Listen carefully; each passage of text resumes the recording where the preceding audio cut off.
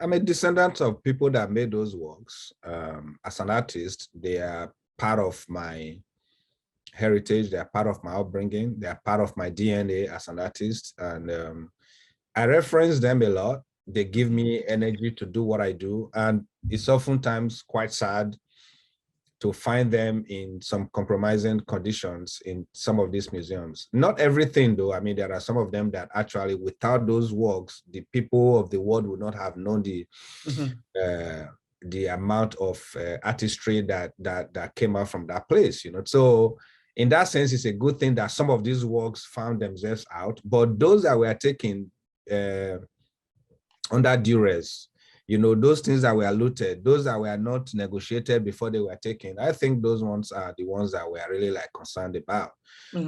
Otherwise, the world probably wouldn't have known that.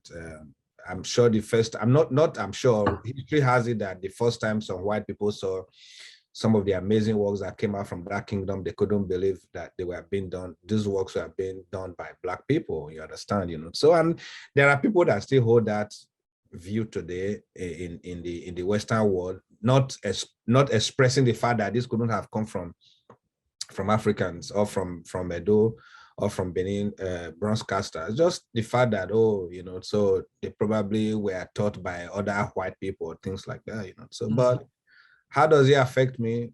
You know, it depends on the mood, it depends on what I'm seeing, depends on where I've seen it and all of that. But they are part of my hereditary, they are part of my influences and inspirations when I'm working. Okay.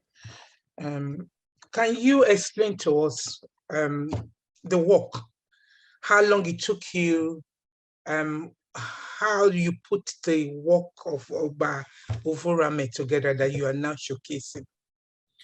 Still standing took about 4 months or thereabout to create. I have assistants that help. So they are made from thousands of rosary pieces, and also the bronze pieces that are attached to it were made in Benin the same way they have always been made for centuries, you know. So I always fuse those kind of things into projects like this to kind of create that relationship between the past and the present, you know. So it took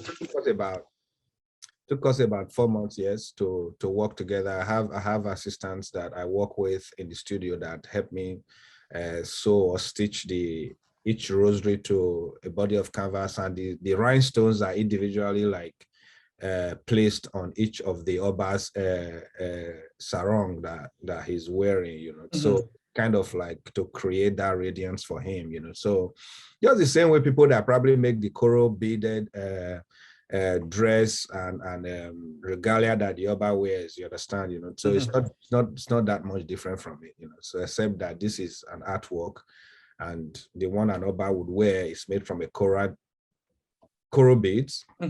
I decided to make mine with rosaries that have coral colors. Okay.